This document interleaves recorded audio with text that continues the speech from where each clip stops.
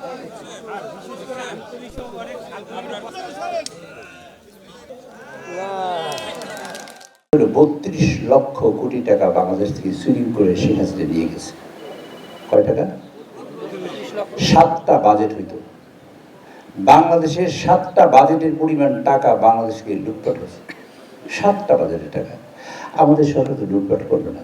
কাজে এরকম family card কেন, আরো অনেক কিছু আমরা করবো ইনশাল্লাহ। দেখবেন এই এলাকার যারা মানুষ ছিলেন, যারাই একটু অন্যায় প্রতিবাদ করতেন, যারা ভালো কাজ করার জন্য চেষ্টা করতেন, তারাই বিপদগ্রস্ত ছিলেন, তারাই জেলে গেছেন, তারাই জুলুমের শিকার হয়েছেন, তারাই পালিয়েছেন, তারা জঙ্গলে থাকতে হয়েছে, ধান খেতে থাকতে হয়েছে।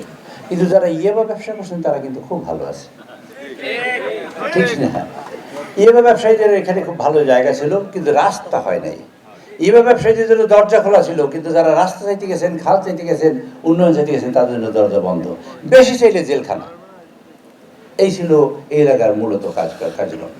আমাদের নেতা তারেক সাহেব যখন প্রধানমন্ত্রী বেগম খালেদা জিয়া, তিনি গ্রামে গঞ্জে ঘুরে প্রতিনিধি সম্মেলন করেছিলেন, করে এই দেশের বড় মানুষের যে সমস্যা তা দেখার চেষ্টা করেছেন।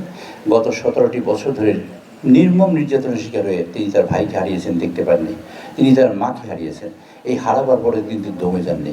তিনি মাথা উঁচু করে দাঁড়িয়েছেন এই গরিব মানুষের পাশে দাঁড়াবার জন্য, এবং সেই শিক্ষা কাজে লাগাবার জন্য তিনি আজকের সরকারের কয়দিন, 1 মাস 5 দিন, 1 মাস 5 দিনে আমার এই টেলিফোনের মধ্যে আমি নোট করে রাখছি 52 দফা বাস্তবায়ন করছে। এটা যে বলছে এটা ফলস কার্ড, এটা ভুয়া কার্ড। 14 টাকা শের, 10 টাকা শের চাল খাওয়াবে, সেই চাল খাওয়াতে পারে নাই। সেই লোকেরা সেইখানে চাল খাওয়াতে সম্ভব হয় নাই গভর্নমেন্টের পক্ষে। এখন কি করে সম্ভব হবে এতগুলো হাজার হাজার টাকা গভর্নমেন্টের জন্য খরচ করতে, মানে এই যে ফ্যামিলি কার্ড করার জন্য? তাদের জন্য একটা উত্তর, সেটা হলো 32 লক্ষ কোটি টাকা বাংলাদেশ থেকে চুরি করে শেখ হাসিনা নিয়ে গেছে। কয় টাকা? 7টা বাজেট হইতো। বাংলাদেশের 7টা বাজেটের পরিমাণ টাকা বাংলাদেশকে লুটপাট হয়েছে।